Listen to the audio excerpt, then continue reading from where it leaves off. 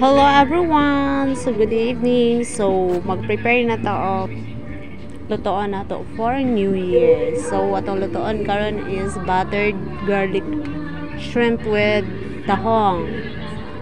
So una butang sa nato kuan painiton sa nato ning kalaha. Then butang ang butter.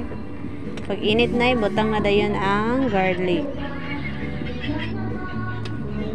Tapos pagka medyo kuan ang garlic butang. Pero sa kuan nun kalimot ko unom din taning kuan shrimp ilunod. So ayan tahong ako nauna pero okay lang yaton kay luto ang ba. So ayan. Pakuanan lang gamang. Ako nag-pass forward. Tapos ilunod dayon yung shrimp.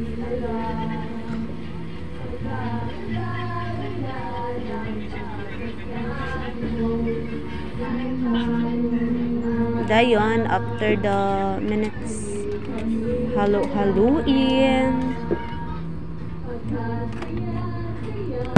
Ako lang nang fast forward ang mga videos. Saba nakaayos sila kay New Year naman siya. Kapit na di ay. Minutes na lang. Kalisod ko.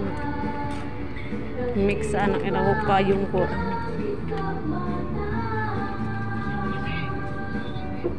Dayon, butangan na dayon natin yung oyster sauce. So, duwa ka oyster sauce akong gibutang dara. Para kuan jud siyang sunok char. Lami di ay. Sayang walay Sprite. Sprite po unta.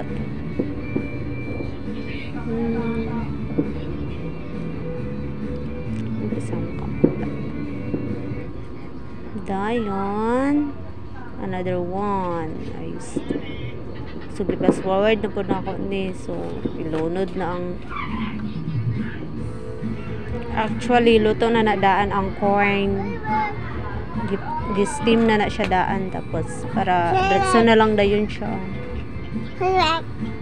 Pakuanan og para musunog ang kalami sa sabaw. So na haluin nagyapon siya, haluin. Galisod ko gan. Oh my god, actually dako gid siya nga kalaha tapos daghan pud.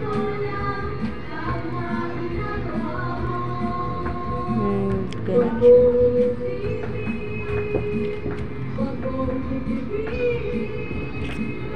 And the finished product. Humot kayo na siya. Siyempre, buttered garlic good char.